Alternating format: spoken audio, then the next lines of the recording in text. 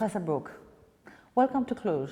Thank you. I'm very pleased to be here. I know that Cluj is a hub in Romania for creative activity, for IT, and also for young people taking charge of their own lives. And I think this is wonderful that I can be here on the occasion of this very focused effort of this municipality on young people and their involvement in public life and social development. For 20 years now, you have been organizing competitions regarding digital media. Why you do that? Why do you spend your time doing these things? Digital media are different than any other media which we had in human history before. And the most important and most obvious difference is that you cannot touch the content. So they are intangible in terms of content. With a book you pick up, the paper and the binding. With a film you can pick up, the film roll and things like this. With a painting you can pick up the canvas and things like this. When you pick up digital content, it's not there. You have a dark screen. You have a You pick up the device. You have the device. And therefore, the content itself is not transparent. What does this mean? When I open a newspaper, I can flip through the newspaper and I immediately see what is interesting and what does not interest me. If I go to a website, I have to scroll down and look and look and look and look, but I don't see what I have already looked at. While in the newspaper, I'll still see which pages I have flipped over. So there's a very, very clear reason why the problem of judging quality of digital content is a problem which comes with the digitization itself and also with the opportunities this opens. Because when you have a painting, you see very clearly, and we have a whole cultural history of 400, 500, 600 years in terms of cultural forms and how to paint characters, how to include nature and things like this. But when it comes to the digital, you can alter, you can morph the structure, you can morph the form, you can alter, you can switch, and you never know what is the original and what is the copy because everything is changing and things like this. So this is the second aspect where digital content becomes more difficult to judge and so on. The third thing is that with digital media, we are not just opening up this morphing of forms and the merging of different kind of media, representations, but there comes also the whole new aspect of interactivity. It's the first time in human history that the text speaks back to the user, adapts to the user. That the picture is different or adjusts to the context in which it is, not just in terms of light, but also in shape, form, and also depth. And that creates a whole new dimension for cultural products. And what we have done for the last 20 years is using the jury process of exploring, searching, and solving this issue of quality. How do we solve it? We do not solve it in an abstract fashion, but by selecting best practices. So what is the result of our efforts? The results of our efforts is the best practice view of eminent, excellent experts regarding what is best within a given category. And this makes this process so interesting that I'm looking to do it for the next 20 years as well.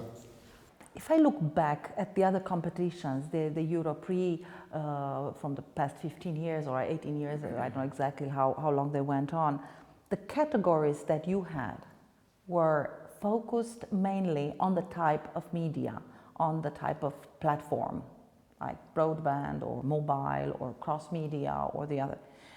Now the European Youth Award is focusing on something else. It's looking at another dimension of the content, and you have categories that reflect social issues, that reflect concerns that society have. How did that change happen? Why did you feel the need? And was that also a result of social media? When we started Europre in 1998, we looked at basically content in terms of the cycle of life of a society. So while we paid attention to the different kind of media forms, offline, online, and things like this, we always had categories which looked at education, which looked at health, which looked at government. And from the very beginning, we always had also categories looking at social inclusion.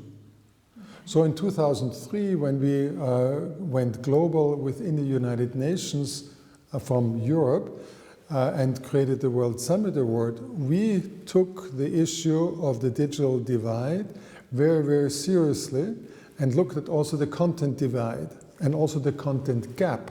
Because at that time, especially online, 98% of the content was in English. Okay, and still to this day, when I go to Arab countries or to African countries or some Asian countries, you can see the disparity in terms of, 4.3% of the world's population is Arab speaking, but only 1.3% of the online content is Arabic. Okay, so there are some issues in this regard. But what you address is very, very clearly a turning point in the work which we have done. It's not just enough to basically say we're looking at all issues in society, but we need to look at what issues are on the top of the agenda of society. And there we have done a lot of work regarding alignment with the United Nations and the United Nations Millennium Development Goals.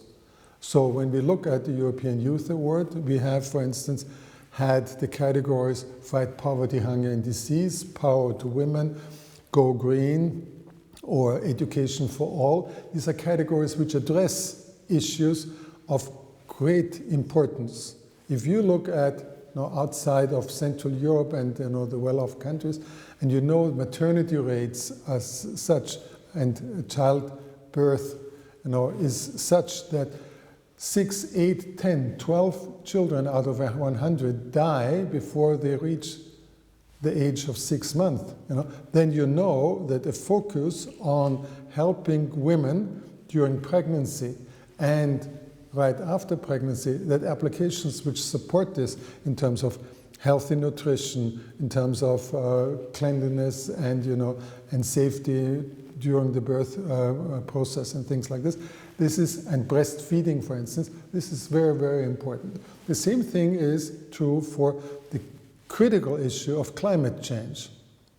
If we are not able to address those issues which come with a change in our natural environment, we will not only have hot summers in Romania, and we will not have just drought, in Northern Africa, but we will lose, calculations go, 15 to 20% of the Earth mass, where about 25% of the world's population live. And we will have real issues in terms of migration, we will have real issues in terms of large numbers of populations which need to get away from where they are living for hundreds of years. And if we are not able to address this, using technology to assist the political and the economic and other transformations which are necessary, then we will have failed. And it's very important to use the mechanism of an award like the European Youth Award also to bring these issues in the forefront. So yes, we have changed the issues, and we are looking, especially to young people, to use technology for a societal impact. The Western society has developed at a steady pace in terms of how technology has developed and been adopted. But then you have other societies who either were closed, like the former communist countries, or were at the extreme end of the digital gap, like probably African countries or some other remote areas. We talk now about this process of leapfrogging, of jumping over whole areas, and you have areas in the world where from a medieval or feudal type of economy, we're already in the information society. Do you see that this kind of competitions, and especially I talk about World Summit Award, is able to get this, to stimulate a production of applications from those areas to tackle those problems? Technology develops at an incredibly fast pace. People, their attitudes, their brains, their minds develop much, much slower. So all of a sudden you have something like a new kind of gap opening up. Okay, so I call this the performance gap. Okay, the performance of a technology might be measurable, you know, and according to Moore's law goes, you know, exponentially, you know, and it is true that it goes like this. But the attitudes of people and their capacity to use the technology is changing much slower. So what we then call the absorption capacity, so the ability of a population of people, of a group of people, men, women, young people, older people, and seniors, to use the technology in a good way for their own benefit and for their own interest. This is what we call the absorption of technology. That rate is very, very different. And one of the things which we try to address there is how to, let's say, address the ability of people to absorb technology by making good content. And that is something not which we do ourselves, but where we basically serve as a platform, as a global stage for this. Now, how much people use it depends very much on different kind of countries, you know. There's the Emirate of Abu Dhabi, which uses it very much to position itself in the global issues. There's Azerbaijan, who has a country which has a real great ambition, besides having, you know, hardware, mathematical, you know, computer science, to have also a creative component. There's Sri Lanka, which tries to create a smart island initiative to use technology and good content also to address the social issues of rural and urban development, of Sinhalese and Tamil, you know, I mean, teaching and things like this. Or there are countries, you know, like Rwanda or South Africa, where people are really working very hard to create their own content, okay? But it's obviously the case that the market structure is very, very different in terms of domination. You have a strong domination, especially in content, through American companies which serve as platforms and which give real clear template for people. Now, the open and free internet is a great leveler. So if you live in Africa, you can Google yourself out of poverty by using the search engine's functionality and using it in an open internet. And there you will find good content, okay? But if you have a very, let's say, limited platform, and it's very much more difficult. Leapfrogging means a number of different kind of things. It means the technological leapfrogging, it means the economic leapfrogging, and it means the cultural leapfrogging. What we try to address is that people do not lose their mind when they jump, and that, I think, is a good enough benefit. Cluj is positioned the way it is, and we're looking at us as trying to become a center well developed in innovation and creativity regarding digital media. Also because of the education opportunities here, we have 2 universities that are offering IT, engineering, and programming programs at all levels. So there is a large number of young people who are coming on the market every year. And there are more and more opportunities that started with us, Cluj, being a place where you can outsource. Now, I know that many of the Romanian companies and many of young Romanian startups want to move from this image of being just outsourcers.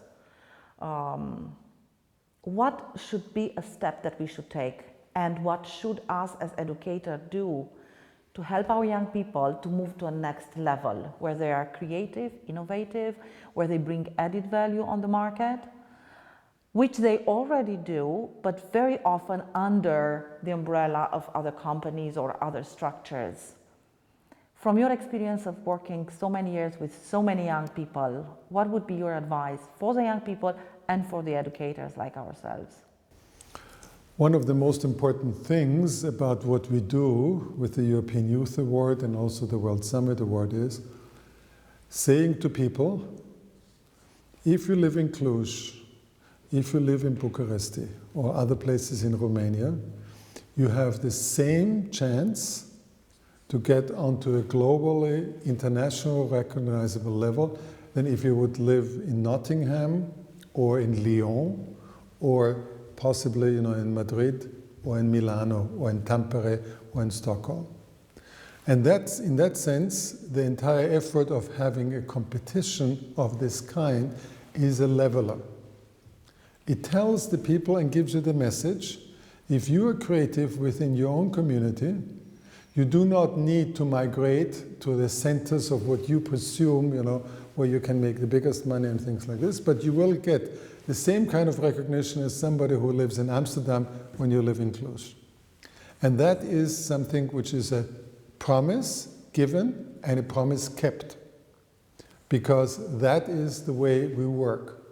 And that is the way we give recognition to people. You do not get the recognition for somebody who migrated, to Munich because they think, the grass is greener there. Mm-hmm.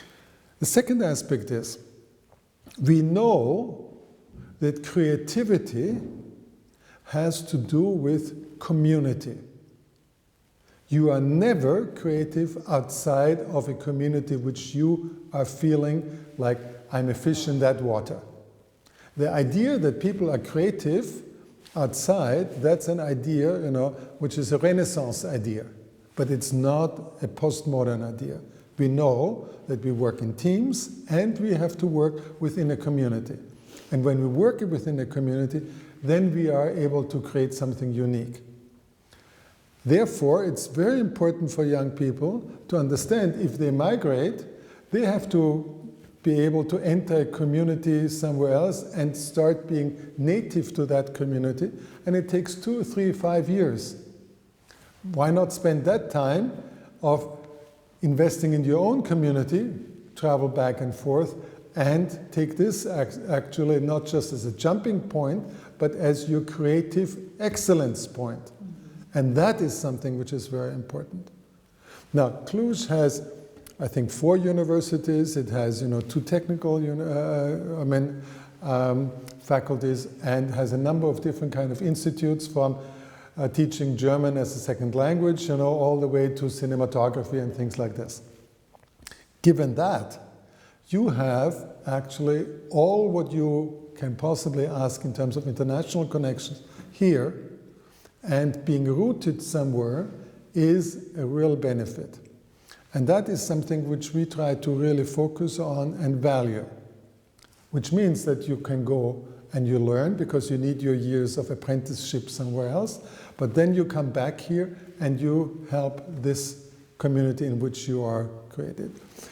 One thing which is also very important is that the opportunities in terms of economic success start to even out.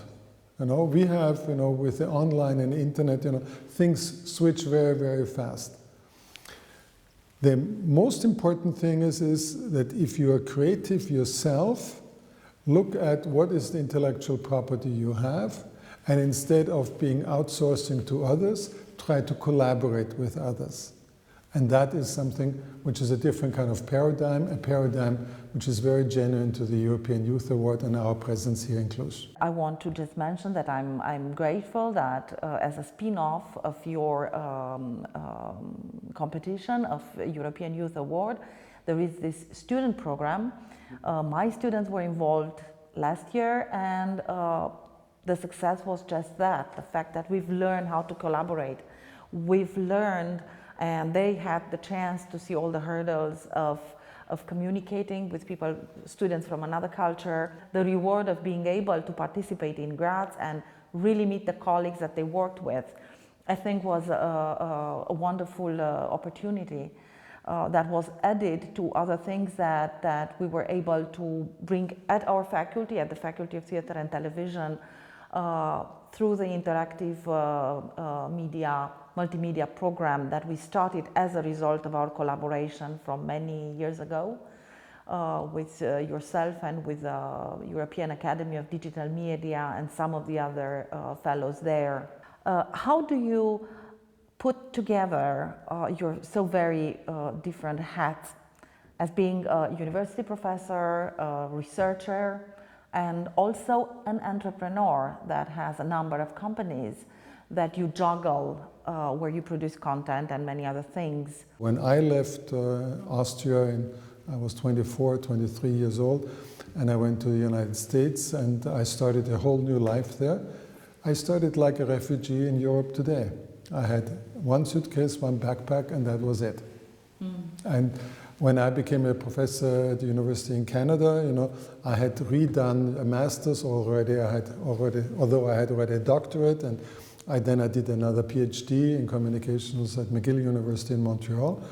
So you start having a different kind of attitude towards, you know, what you expect from yourself and what you expect from others. And the thing which you try to do is you try to be less, let's say, overconfident about your abilities, and you realize that you have to learn a lot from others all the time. For me, entrepreneurship is the, let's say, translation into action of what I also feel about scholarship. I thoroughly dislike academic scholarship which only looks to itself and is only self-referential. I highly value scholarship which looks at the interaction between academia and society and tries to add value to society and addresses issues and problems and longings and hopes and loves of that society. But if you are closed in academia, you know, be it in informatics and computer science, or be it in communication studies, sociology, language studies, or even history, you will be withering away. So the creativity which one might attribute to my work comes from this kind of notion that there's urgencies in society. And both in our work as academics, as researchers, but also as people who are activists and possibly also as entrepreneurs, we need to look at those urgencies. Urgencies, when it looks at an entrepreneur, is market demand. Urgency, when you are, let's say, an activist, is the hurt of society. Urgency, when you're an academic, is understanding, you know, with new theories and new methods, you know, better what this society, has its problems and needs. So in this sense, having a sense of urgency is something which is very important, and to nourish that is a privilege. We wish you all the best luck. We thank you for choosing Cluj and for being our partners in presenting this program to our community, and hope to see you again sometime soon. Welcome.